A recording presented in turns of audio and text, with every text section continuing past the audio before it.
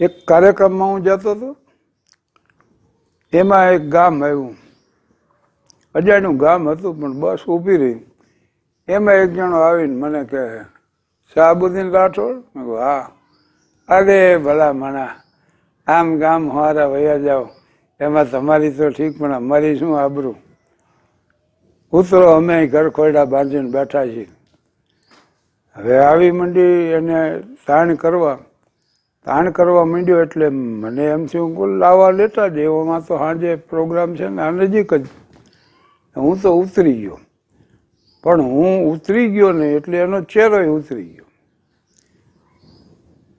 એટલે મને કે હાલો, એટલે પહેલા એક પરોણાવાળાની દુકાને લઈ ગયો અને મને કે અહીંથી એક લાકડી ખરીદી લ્યો. અરે લાકડીને મારે શું કરવી છે, પરોણો એક લઈ લ્યો કે. મેં કીધું પણ મારે એ હાંચવવી ભારે થઈ પડે.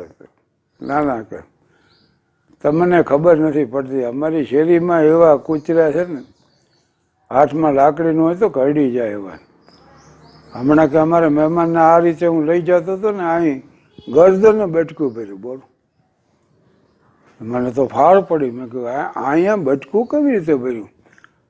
કૂતરું વંડી માથે બેઠું હતું અને અમે બરોબર નીકળ્યા ને એમાં કે ઝપટ કરી લીધી.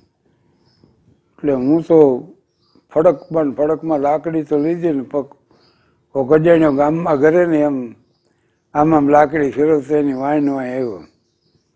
એને ઘરે પહોંચ્યા ને ખડકી એને ખોલીને એટલે એ અંદર ગયા તો હું એની વાંય જવા. અરે તમે ક્યાં ક્યારે હાલ્યા હોય, ખૂંટિયાની ખબર નથી તમને. એવો મારકણો છે ને, હમણાં કે અમારે વેવાઈને ઝીંક મારી તો વંડી વટાડી દીધા. બોલો, એને પહેલાં બાંધવો પડશે. એટલે એણે જઈને ખૂંટિયાને બાંધ્યો અને તોય મને જોઈને છીંકોટા નાખતો હતો. તો હું તો ઝડપથી ઉપર ચડી ગયો હતો. પગથિયા ચડીને એની ઓસરીમાં જઈને બેઠો હતો ખાટમાં. અને ગમે એ થયું, મેં કીધું ભાઈ હવે જાજરો મારે જવું પડશે. અરે આ રહ્યું કે આપણે સગવડ બધી છે, એમાં સગવડનું એવું નથી. માથે મહત્વ છે ને એ સાચવજો. હમણાં અમારા હાળો કે અંદર ગયો એને ખબર નહીં, હાકળ આમ વાંચીને માખી ઉડીને તો બહાર ન નીકળી શક્યો અને ખોલી ન શક્યો અંદરથી. પછી બારણું ફેરવીને બહાર કાઢ્યો. એવી અસર. મેં કે જવું જ નથી, માથાકૂટ શું હવે, આપણે જવું જ નથી કીધું. ત્યાં એના પત્નીએ કીધું એના કરતાં નદીએ જાતા આવો ને અને ખંખોરીઓ ખાતા આવો ભેગા ભેગા. એટલે મને એ સૂચન ઠીક લાગ્યું. નાવા ધોવાનું પતી જાય, શૌચ સ્નાન બે થઈ જાય.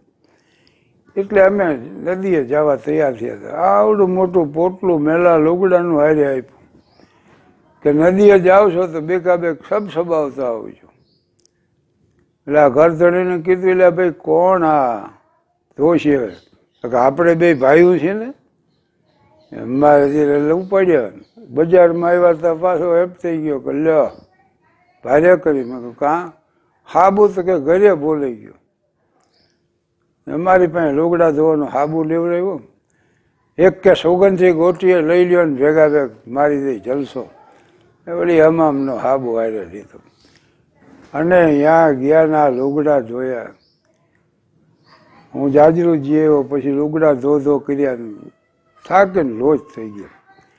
અને કપાસિયાની ગુણ પલરી હોય ને એવા થઈને ઘરે આવ્યા. ત્યાં ગોબાવાળી થાળીઓમાં બેહાર્યા જમવા.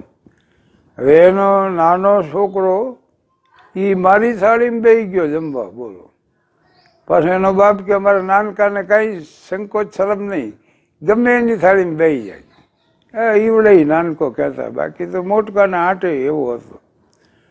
અને મારા રોટલી જે કંઈ આવે ને એ નાનકો ઉકેલી મૂકે. બોલો, હું તો ઝપટમાં આવે એટલું માંડ મારા ભાગ આવે. પણ મેં ખટકો રાખ્યો. ગરમા ગરમ ખીચડી આવીને મેં નાનકાનો હાથ ખોસી દીધો ખીચડીમાં. એવો દાયજો ને મીડિયો રાડ્યો પાડવા. મેં કહ્યું હા નાના ભાઈ ધ્યાન રાખો. અને એક વાનગી તો શી ખબર છે એની બનાવી છે, પણ આમ ગળસટી લાગતી એટલે હું કાઢે જતો. પછી મેં પૂછ્યું મહેમાનને, મેં કીધું ભાઈ આ શેની વાનગી બનાવો? તો કે અમારે ઓલા રોટલીના બટક્યા વધે ને એ અમે છે ને નાખી નથી દેતા, પણ એને પહેલાં બાફી નાખી અને પછી એ બફાઈ જાય ને એટલે એમાં ગોળ બોળ નાખીને તે છોકરા બહુ ખાય છે.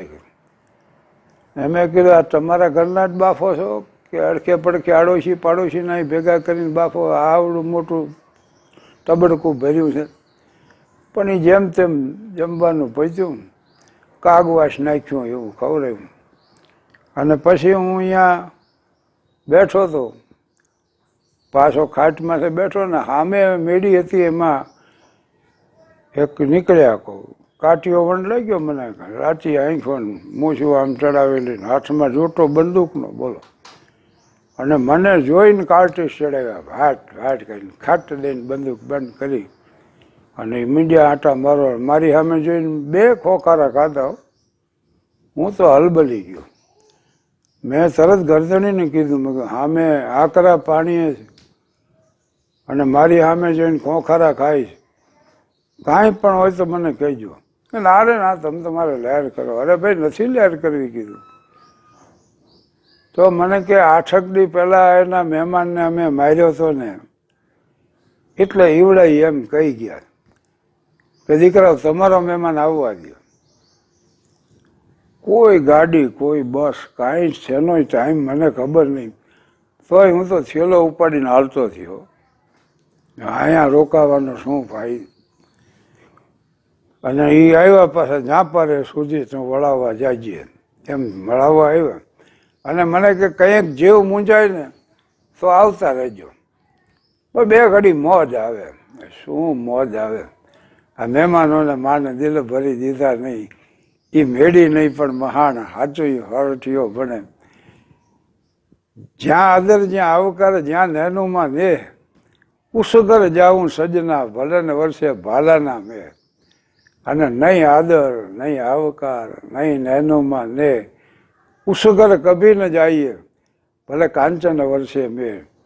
આપણે તો મહેમાન ગતિ માટેનો પ્રચલિત દુઓ છે, કોક દી કાઠિયાવાડમાં તું ભૂલો પડ ભગવાન અને થા મારો મહેમાન તો તને સ્વર્ગ ભૂલાવી દઉં સાંભળા. પણ આવા અનુભવ થાય છે ખરા. આભાર.